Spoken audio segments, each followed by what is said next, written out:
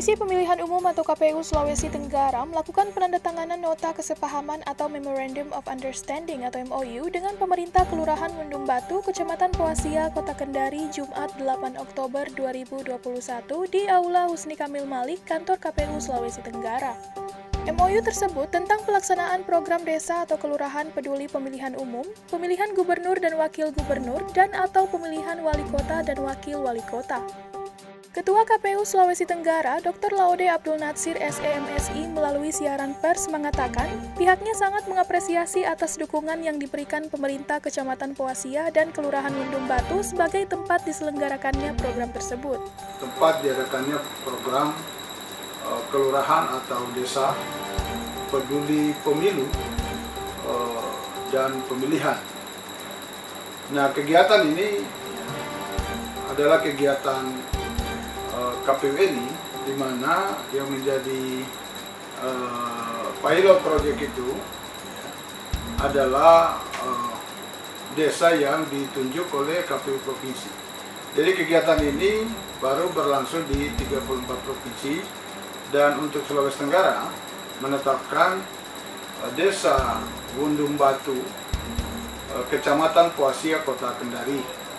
Jadi kami telah melakukan scoring 10 kelurahan di Kota Kendari,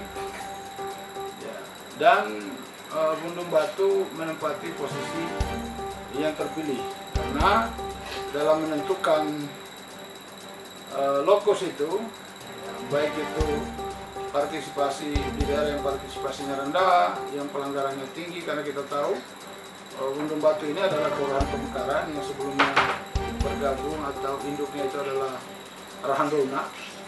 Ya, yang lalu pada saat pemilu itu menjadi tempat pelaksanaan PSU. Ya, kita harapkan ke depan ya tidak terjadi lagi. Kemudian di situ juga Mendung Batu ini ya, angka partisipasi pemilihnya belum terlalu signifikan atau belum terlalu menggembirakan.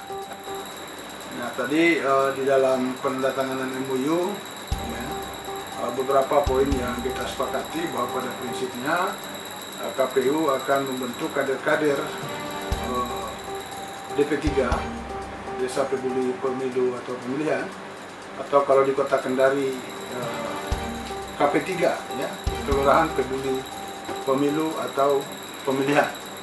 Abdul Natsir menerangkan tujuan utama dari program desa atau kelurahan peduli pemilihan umum dan pemilihan atau DP3 adalah dalam rangka membangun kesadaran masyarakat untuk berpartisipasi dalam proses pemilu. Ia menambahkan bahwa tujuan dari kegiatan tersebut antara lain menciptakan pemilih yang cerdas, rasional, dan jauh dari isu hoaks.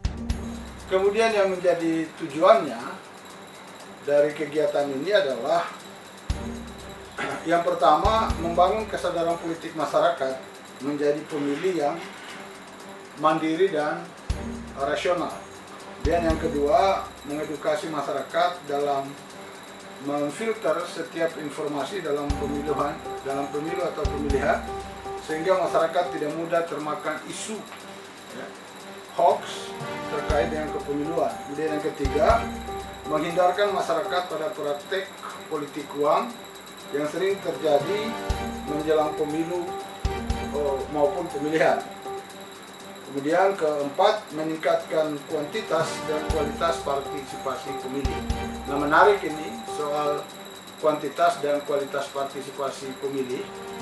Sultra itu sebenarnya rata-rata sudah melampaui target partisipasi nasional 77,5%. Kemudian yang terakhir adalah membentuk kader yang mampu menjadi penggerak dan penggugah kesadaran politik masyarakat di lingkungannya. Dalam kegiatan pemberian materi, Natsir menambahkan dapat dilaksanakan dengan berbagai metode guna mengukur tingkat pemahaman tiap kader. Pemberian materi bisa kita lakukan model ceramah, juga bisa kita lakukan dalam bentuk permainan, ya, permainan atau game, simulasi, dan juga diskusi kelompok. Ya, ada topik-topik yang nanti kita akan berikan, dan mereka dengan kemampuannya, ya, kemampuan dasarnya itu kita akan ukur apakah mereka ini sudah mengerti apa itu pemilu, apa itu demokrasi, bagaimana haknya ada dalam pemilihan, ya maupun pemilu, dan keterkaitannya dengan kedaulatan dia yang dijamin oleh konstitusi. Kapan akan dilaksanakan acaranya? Kita dalam waktu dekat kita akan tetapkan dulu kadernya 25 orang dari 5 unsur, ya, disabilitas, kemudian pemilih pemula, pemilih muda, tokoh masyarakat maupun perempuan. Kemudian setelah itu kita agendakan nanti untuk mendapatkan pembekalan. Dari Kendari, Dewona Tegas TV melaporkan.